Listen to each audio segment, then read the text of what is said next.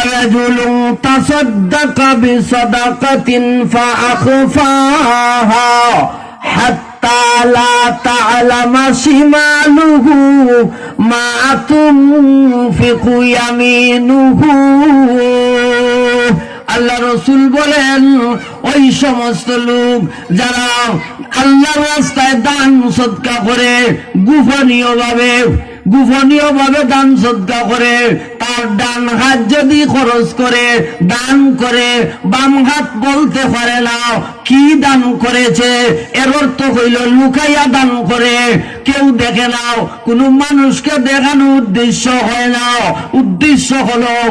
একমাত্র আল্লাহকে সন্তুষ্ট করা। কোনো গরিব মানুষদেরকে যদি দান করে লুকাইয়া নিয়ে দেলায়, কোনো মানুষের কাছেও বলে না যে আমি অমুককে টাকা দিয়েছি, অমুককে সাহায্য করেছি, কোনো মানুষকে শোনায় না, একমাত্র আল্লাহকে সন্তুষ্ট করার জন্য যদি দান সদকা করে, তাহলে ওই সমস্ত দানবীরদেরকে আল্লাহ কিয়ামতের ময়দানে তার আরশের ছায়ার নিচে জায়গা দিবে।